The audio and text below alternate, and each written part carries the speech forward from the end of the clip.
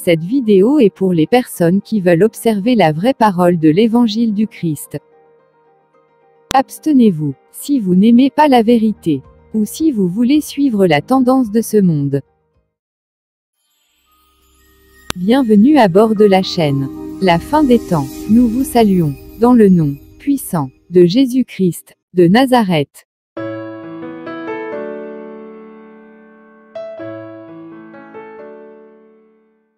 Sache que dans les derniers jours, il y aura des temps difficiles.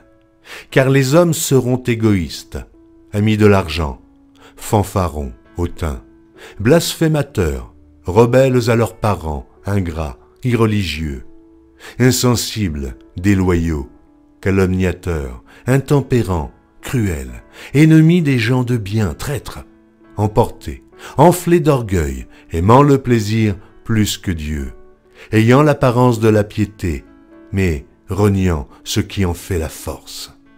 Éloigne-toi de ces hommes-là.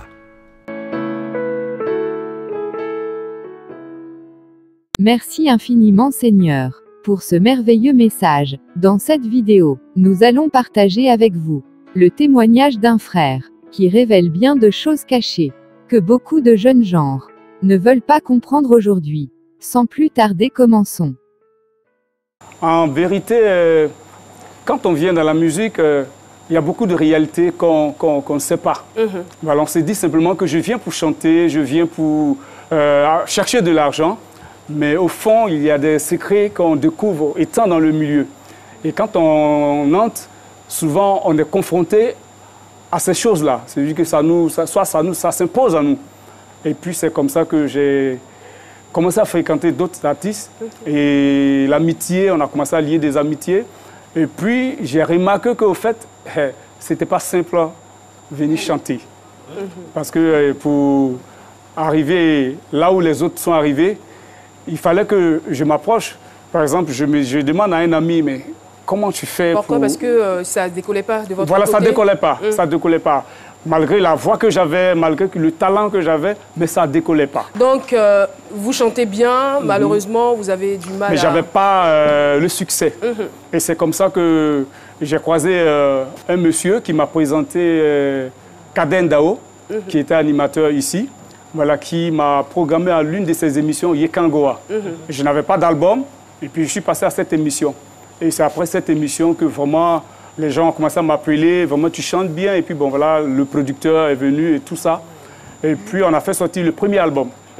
Le premier album, ça a été, disons, ça n'a pas connu de succès. Donc comme je le dis, mais il fallait, parce qu'il fallait continuer, persévérer. Donc il faut se battre. Donc je me dis, mais pourquoi l'autre? Parce qu'il y a d'autres qui ne chantaient pas mieux que moi. Mais comment ça faisait qu'ils étaient à la une, on parlait d'eux, ils voyageaient, donc je voulais aussi expérimenter ça. Donc vous voulez percer le mystère, je suppose que vous leur posez la question. Voilà, bien sûr, j'ai posé la question. Et puis bon, souvent quand on sortait pour aller faire des spectacles, je voyais certains qui se lavaient avec des produits, certains qui avaient certaines choses sur eux. Donc bon, je demandais, c'était pourquoi. Bon, l'autre me dit, c'est mon marabout qui me l'a donné, c'est mon féticheur, j'ai pris ça ici, j'ai pris ça ici. J'ai dit, mais c'est que c'est pas simple alors. Donc il faudrait aussi que moi aussi, j'entre dans ce réseau-là pour voir comment est-ce que je peux... Mais quand je parle de succès, je ne parle pas de succès entre quatre murs. Voilà, je parle de succès à l'international, où toute la Côte d'Ivoire te connaît. Voilà. Sinon, il y a des personnes qui chantent, qui ne disent rien du tout.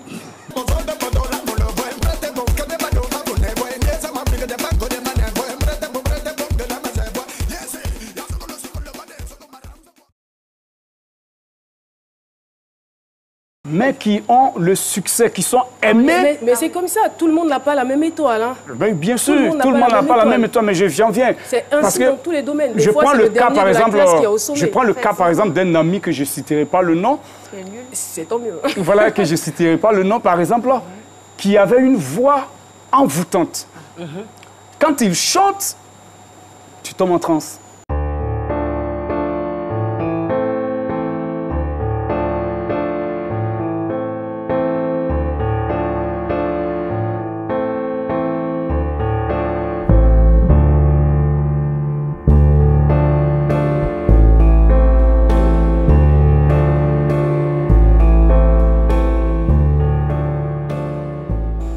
J'ai grandi avec cet ami, par exemple.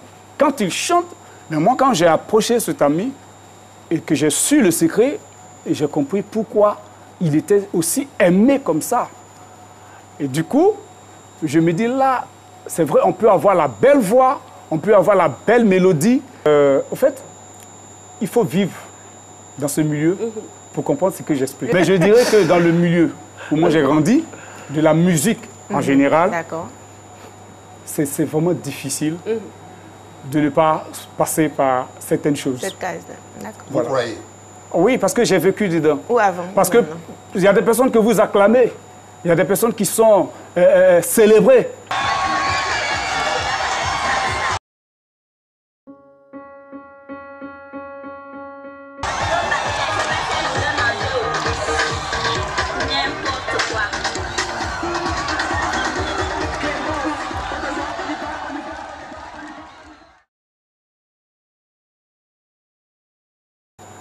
Ça, c'est les caméras. Mais hors des caméras. Donc là, je veux dire, c'est cette logique, cette façon de penser qui va vous conduire vers le diable. Bien sûr. Comment vous y allez? Puisque après l'échec, j'appelle ça comme ça, j'ai approché un ami. Et on était ensemble et puis on devait aller à un spectacle.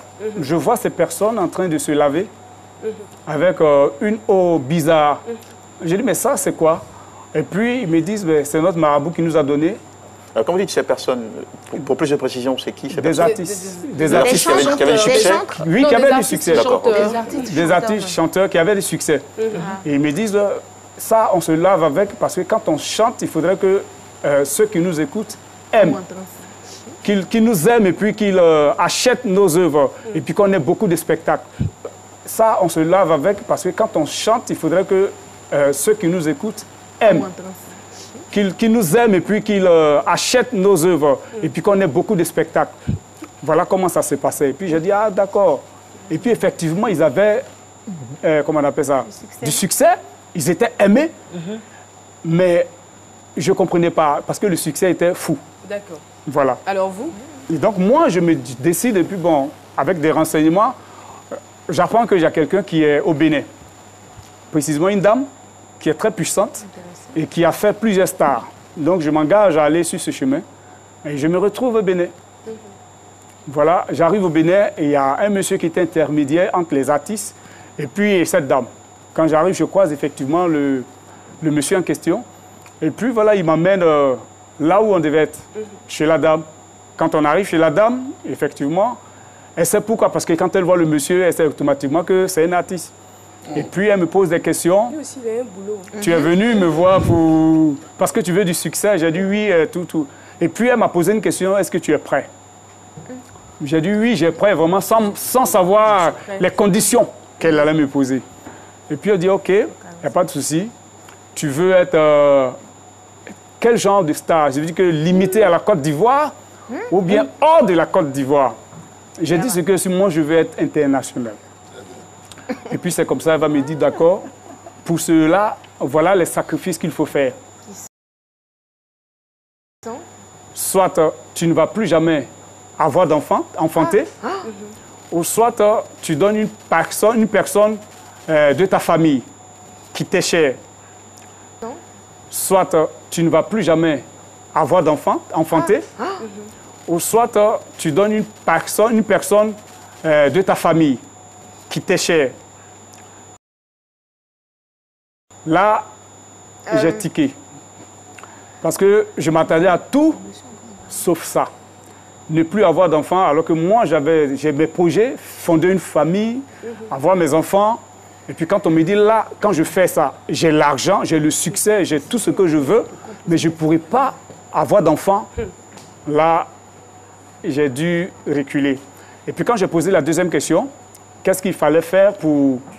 Si, à part ça, est-ce qu'il n'y a pas autre chose? Pour moi, c'était peut-être présenter un mouton, cabri ou bien de l'argent, acheter des choses pour... Voilà. Et elle me dit, non, bon, si je ne peux pas faire ça, c'est de donner soit mon enfant. Si comme elle savait qu'en ce moment, j'attendais un enfant, une fille, j'ai dit, mon enfant? Ah oui, oui, tu sacrifies ton enfant. Et là, c'était encore plus compliqué, mais j'étais déjà là. Je voudrais vous demander une chose à ce stade. Si vous avez demandé l'enfant du frère, l'enfant d'un ami, qu'auriez-vous fait? Bon, à cette période, je pense que... Vous étiez prêt à tout, hein, de toute façon. J'étais prêt à tout, mais à cette période, je pense que si elle me posait cette question, ça allait être peut-être la même réaction, parce que c'est la vie humaine. Donc, moi, j'allais quand même... Mais en allant là-bas, vous vous attendiez à quoi, au fait? Franchement. Il dit à sacrifier un mouton, un cabri. Puisque ici, quand on était là, j'ai un ami que j'ai parlé d'un ami tout à l'heure qui a une voix envoûtante, qui a acheté un mouton à la sortie de son deuxième album. Et puis, moi-même, j'ai été avec lui, on a attrapé le mouton, on l'a mis dans une voiture. Il est allé vers le nord pour faire le sacrifice. Lui, c'était pour... comme ça. C'était énorme. Parce que je ne pouvais pas vendre le bébé que j'attendais. Parce que je ne pouvais pas vendre le bébé que j'attendais. Ou une partie de moi, parce que je n'allais plus pouvoir enfanter. Une partie, ah d'accord. Voilà, parce que quand je dis une partie de moi, c'est de ne plus pouvoir enfanter.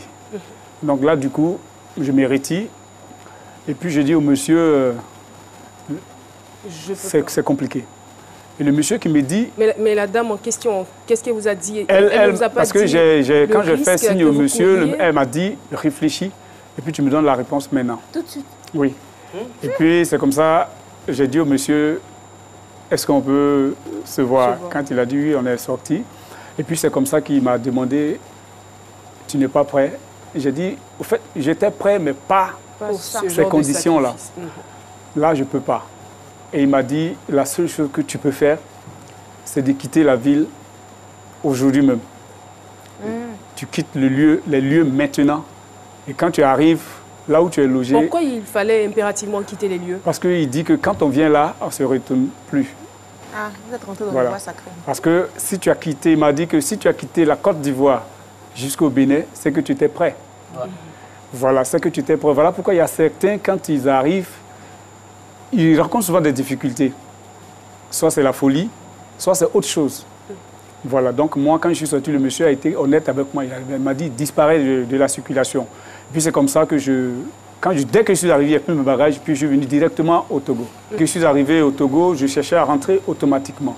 J'étais en train de réfléchir à toute ma vie, à tout ce qui s'était passé d'abord, et puis aux demandes de la dame, en fait. Pourquoi est-ce qu'il fallait faire ça? À cause de l'argent, à cause du succès? Pourquoi est-ce qu'il fallait que je fasse ça? Il y a eu une prise de conscience. Voilà, une prise de conscience. Et puis, je me suis rappelé que ma mère me disait toujours, quelles que soient les difficultés, tu es un homme, bats-toi, bats-toi, bats-toi. Et tout ça, c'est revenu un coup. Après cela, quand j'arrive, je voudrais dire, la mère de mon enfant accouche. Et il n'y avait pas une petite peur quelque part? Oui, bien sûr. J'avais une petite peur parce que je me disais que est-ce que malgré ça, elle n'allait pas passer à l'acte. Et puis j'arrive, elle accouche. Et puis j'étais réconforté. Et puis en même temps, j'avais les larmes aux yeux parce que je me disais, si j'avais fait ça, je n'allais jamais connaître ce bébé qui aujourd'hui même va passer le bac. Voilà.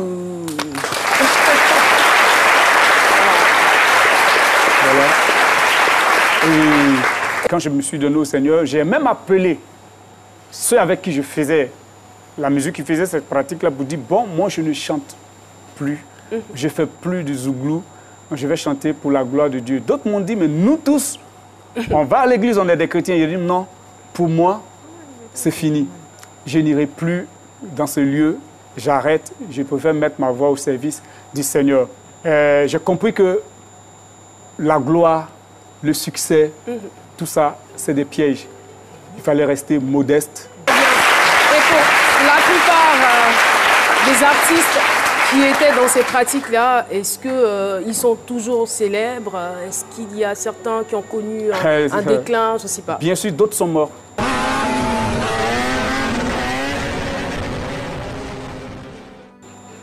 D'autres que vous connaissez sont morts parce que leur fétiche les a tués.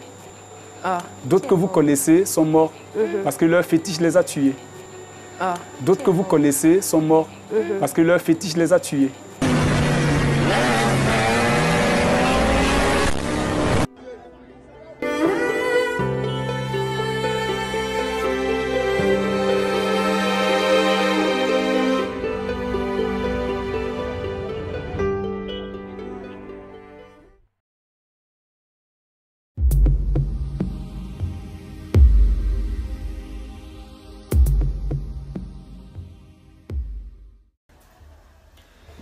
Il dit non, il y a beaucoup de voitures, il y a beaucoup de temps champion, tu as tout, mais tu es seul. Parce qu'il manque quelque chose dans ta vie. Tu n'es pas heureux. Tu joues un peu le jeu. Parce que tu as vendu ce qu'on appelle, je ne vais pas appeler ça ton âme, mais tu as vendu ton bonheur. Tu comprends un peu? Tu as vendu ton bonheur. Aujourd'hui, tu as tout à cause des gris-gris. Tu as tout à cause du fétichisme. Tu as tout à cause des pratiques occultes. Mais moi, tu es sûr que si moi, je voulais faire des conneries, des pratiques occultes là, Arafat, moi, je n'ai jamais connu féticheur. La première personne qui m'a envoyé chez féticheur, il a dit au et puis il a cassé tous les papous. Le premier gars qui m'a envoyé chez féticheur, écoutez très bien, il s'appelle Arafat. Et c'était à Koumassi. C'est Arafat qui m'a envoyé chez féticheur. Oui. Parce qu'il adore ça, il aime bien ça. Il adore le fétichisme. Oui. Voilà, ils sont morts. Peut-être que les gens ne le disent pas, mais nous savons. Les gens peut-être ne savent pas. Voilà, ils ne savent pas, mais d'autres sont morts. Et certains sont encore en vie. Sont encore en vie, et ils prospèrent. Mais ils ne sont pas heureux. En réalité, ils ne sont pas en paix. Ils connaissent le succès, mais ils ne sont pas heureux. Ils ont le succès, ils ne sont pas heureux. Je préfère le bonheur. Peut-être va vous étonner. Est-ce que vous savez qu'il y a des musiques, quand on écoute, on devient stérile? Parce que simplement la personne qui allait voir son féticheur a fait un deal. Donc il devient star, il n'enfante pas, mais tous ceux qui vont l'écouter seront poursuivis par l'esprit de stérilité. Donc pour dire quoi, j'ai pas peur, c'est un devoir. On risque de ne plus rien écouter, hein, parce que on connaît beaucoup de stars qui sont dans des pratiques, hein, franchement. Donc c'est au contraire, je veux dire, j'en parle pour aider, pour dire que c'est pas bien. Quand je vais faire mes conférences, je fais comprendre aux jeunes la facilité. Il y a beaucoup de surprises dans la facilité. Et souvent, on ne s'en sort pas. De mauvaises surprises. Parce que le féticheur ne te dira jamais que ce que tu es en train de faire, voici les conséquences après 2 ans, 10 ans, 20 ans. Il faut se battre. Bats-toi. Ne cherche pas la facilité. Tu as tout ce qu'il faut pour réussir. C'est simplement du courage, la persévérance. Et puis, je crois qu'avec la volonté, on s'en sort. Autrement dit, il faut travailler. Merci beaucoup, Sommet Romain. En tout cas, merci d'être venu sur ce plateau et ce sujet. Je pense qu'il est pertinent. Et voilà mes frères et sœurs. Ça sera tout pour cette vidéo. Avant de finir, nous allons écouter quelques passages dans les Saintes Écritures. Adultères que vous êtes, ne savez-vous pas que l'amour du monde est inimitié contre Dieu? Celui donc qui veut être ami du monde se rend ennemi de Dieu. Croyez-vous que l'Écriture parle en vain? C'est avec jalousie que Dieu chérit l'Esprit qu'il a fait habiter en nous. Il accorde au contraire une grâce plus excellente. C'est pourquoi l'Écriture dit « Dieu résiste aux orgueilleux, mais il fait grâce aux humbles. »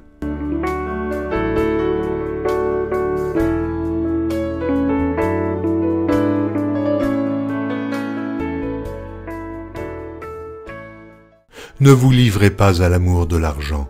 Contentez-vous de ce que vous avez, car Dieu lui-même a dit « Je ne te délaisserai point, et je ne t'abandonnerai point. »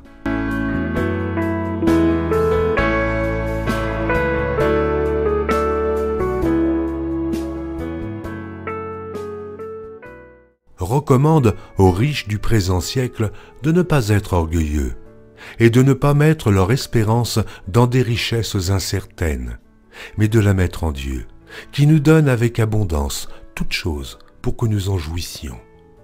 Recommande-leur de faire du bien, d'être riches en bonnes œuvres, d'avoir de la libéralité et de la générosité, et de s'amasser ainsi pour l'avenir un trésor placé sur un fondement solide, afin de saisir la vie véritable.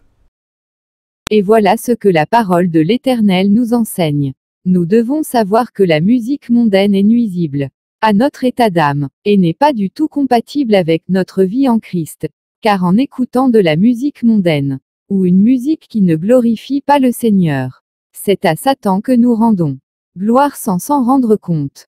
Nous devons aussi savoir que le Seigneur Dieu est un Dieu qui ne partage pas sa gloire. Arrêtons d'idolâtrer des êtres humains, et mettons toute notre confiance en notre merveilleux Seigneur et Sauveur Jésus-Christ de Nazareth. Car il n'y a que par lui qu'il y a le chemin de la vie éternelle.